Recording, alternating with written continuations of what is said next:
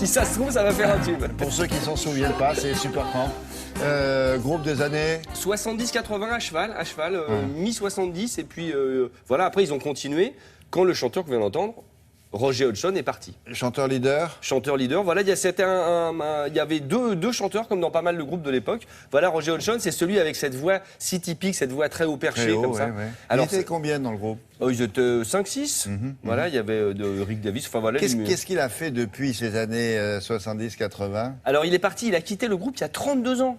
Ça nous rajeunit pas, 32 Mais il chante ans. toujours Il chante toujours, Roger Hodgson, évidemment. Il fait des tournées parce que Roger Hodgson, c'est pas seulement la voix de Supertramp, ça a été le gars qui a écrit les chansons. Logical Song, Dreamer, It's Raining Again, c'est lui il qui a chante écrit donc ça. son répertoire, après tout, c'est le sien. Absolument. Et puis, alors, il a sorti des albums solo qui ont très bien marché. Puis après, il a continué des tournées. Il a participé à une comédie musicale, je crois, sur le roi Arthur, un truc assez... Non, pas le roi Arthur, enfin oui, je dis n'importe quoi, mais en tout cas, c'était super, voilà, c'est ça. Voilà.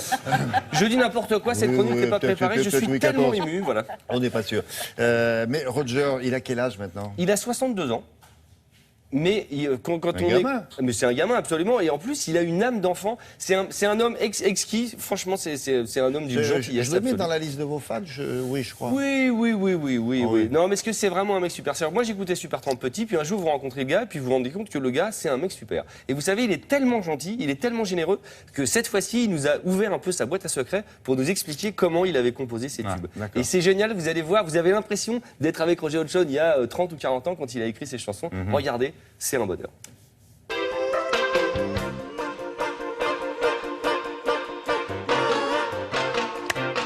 Alex.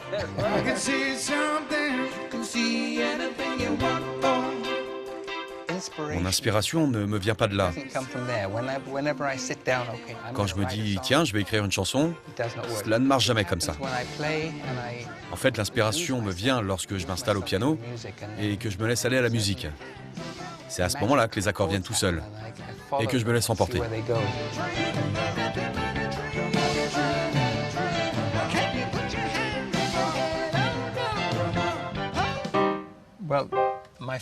La première chanson que j'ai écrite est Breakfast in America. J'avais 19 ans. Je l'ai composée en 1 heure. J'avais trouvé ce petit truc au piano qui me plaisait beaucoup.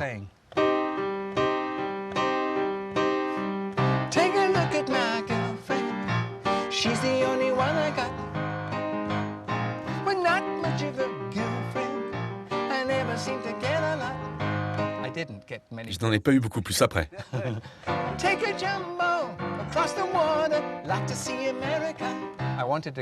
Je voulais aller en Amérique.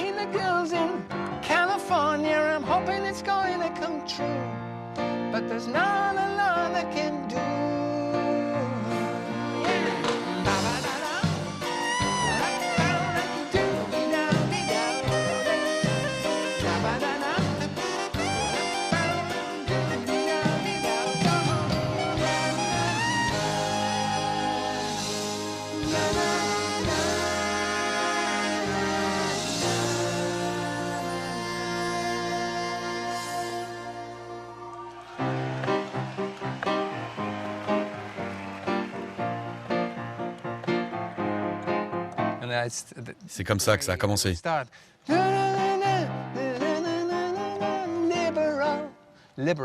C'était le premier mot que j'ai trouvé. C'est comme tomber amoureux. Ça prend de l'ampleur. Et pendant 2 ou 3 semaines, je ne pensais plus qu'à jouer ce morceau. Et plus je le jouais, plus je l'améliorais.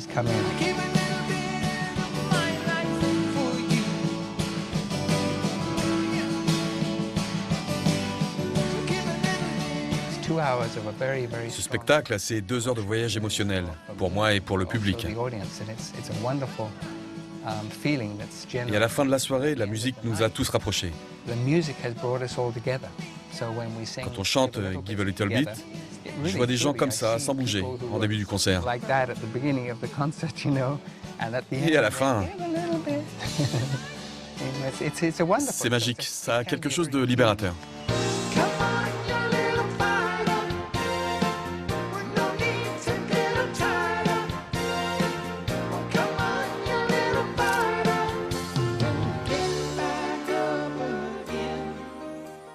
Oui, ils se claquent la bise entre compositeurs, c'est normal. Hein, c'est la grande famille internationale des compositeurs de musique. Et ça ne se limite pas à ça. Ça ne se limite pas à ça, s'il vous plaît. Parce que vous lui dites, bon, ils se connaissaient peut-être. Mais je ne sais pas. Il y avait quand même une caméra en coulisses. Alors ça donne ça quand on est en coulisses. Regardez. Et je dois vous avouer quelque chose. Ce soir, c'est pas moi qui suis aux anges, c'est le petit garçon qui écoutait Roger Hodgson dans son Walkman. Mesdames et messieurs, Roger Hodgson.